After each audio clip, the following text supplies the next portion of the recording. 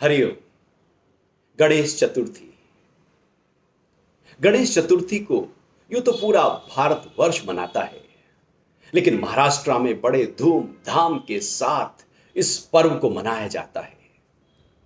इस दिन घर में सुख, समृद्धि और शांति के लिए गणेश जी की छोटे आकार की मूर्ति और विशाल आकार की मूर्ति को सार्वजनिक गणपति मंडलों में स्थापित कर विशेष पूजाओं का आयोजन किया जाता है।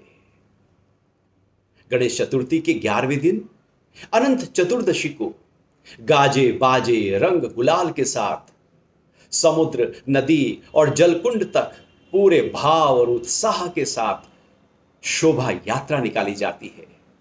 विसर्जन के समय भक्त के अंदर यही भाव प्रबल होता है कि आप हमारे जीवन में हर वर्ष इसी प्रकार आकर खुशियां प्रदान करते रहें। गणेश जी चूहे पर विराजित है। बड़ा विचित्र लगता है कि इतना बड़ा शरीर और चूहे की सवारी। देखा जाए तो चूहा कुतरने का काम करता है। यदि हमारी बुद्धि में तर्क और ज्ञान है तो हम अज्ञान को कुतर सकते हैं। विशाल शरीर में बुद्धि का अनुपात उतना ही छोटा होता है जितना गणेश जी का चूहा। गणेश जी की छोटी आंखें सूक्ष्म तीक्ष्ण दृष्टि का प्रतीक है।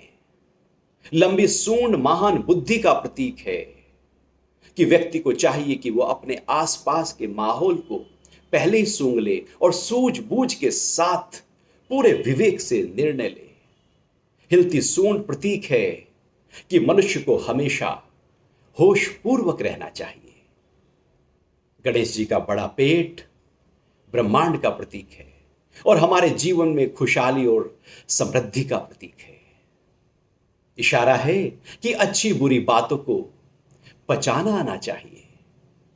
गणेश जी के बड़े कान इशारा करते हैं कि गणेश जी अपने भक्तों की प्रार्थना और उनके सुख दुख को सुनते हैं और उनके जीवन में जो भी कठिनाइयां, जो भी तकलीफें और समस्याएं आती हैं, उनका निवारण करते रहते हैं। बड़े कान हमको यह सिखाते हैं कि ज्यादा सुनो, सबकी सुनो और फिर जो महत्वपूर्ण हो उसको ग्रहण करो, बाकी छोड़ दो। गणेश जी एक दंत हैं जिसका संकेत है कि सब एक है, एक से ही आया है, एक में ही समा जाएगा। गणेश जी का दूसरा दांत खंडित है।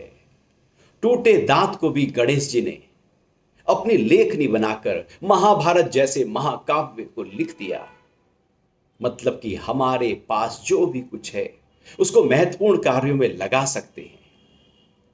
गणेश जी की वर मुद्रा वरदान और सत्व गुण वाले अच्छे कर्मों की ओर प्रवृत्त करती है तथा अभय मुद्रा भक्तों की रक्षा करती है।